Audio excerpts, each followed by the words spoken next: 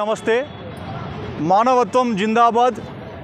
మనము ఎన్ని కోట్లు కలిగిన కార్లు బంగ్లాలు ఎన్ని ఉన్నప్పటికీ కూడా హృదయంలో కాస్తంత తడి లేకపోతే ఆ జీవితం వృధా. మన కోసం మనం ఆలోచించడం అనేది ఎడారిలో ఇసుక రేణువుతో సమానం. సమాజం కోసం ఆలోచించడం అనేది హిమాలయ పర్వతాల కంటే ఉన్నతమైన ఆశయం. ఇవాళ చెల్లెలు దిడ్డి ధనలక్ష్మి బావగారు శ్రీనివాస్ సుమారుగా ఈ రోజుతో 12 సంవత్సరాలుగా నిత్య అన్నదానం చేస్తూ ఉన్నారు.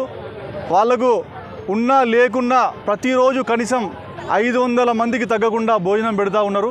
ఇవాళ చెల్లెలి చిన్న కొడుకు మనీష్ వర్మ, దిడ్డి మనీష్ వర్మ బర్త్డే. ఈయన పుట్టినరోజు సందర్భంగా వీళ్ళు గురుదక్షిణ నిత్యాన్నదాన పథకాన్ని ప్రారంభించిళ్ళు. దీంట్లో భాగంగా ఇవాళ 12 సంవత్సరాలు పూర్తి చేసుకొని 13వ సంవత్సరానికి అడుగు పెడుతున్నాడు అల్లుడు. Happy birthday Manish. మీ అమ్మ ఇవాళ ప్రతి సంవత్సరం అంటే నీ పుట్టినరోజు సందర్భంగా ఇవాళ పేదలకు, అన్నార్థులకు, దీనులకి పెడతా ఉన్నది. ఇవాళ మోంతా తుఫాను కారణంగా వరంగల్లో ఎక్కడ చూసినా నీటి ప్రళయంలాగా ఉంది. ఇవాళ వరంగల్ రైల్వే స్టేషన్లో ఆ ఊరికి ఈ ఊరికి పోవాల్సిన వాళ్ళు పాపం ఎటు పోలేని దిక్కుతోచని పరిస్థితులలో ఇక్కడ రైల్వే స్టేషన్లో 2 రోజుల నుంచి తలదాచుకుంటున్నారు. ఇవాళ చెల్లెలు మేమంతా కలిసి ఇవాళ కనీసం ఒక 300 మందికి ఆహారం పెడదామని ఆలోచన చేసినాం. ఈ సందర్భంగా అల్లుని బర్త్డే కూడా రావడం మాకంత సంతోషం.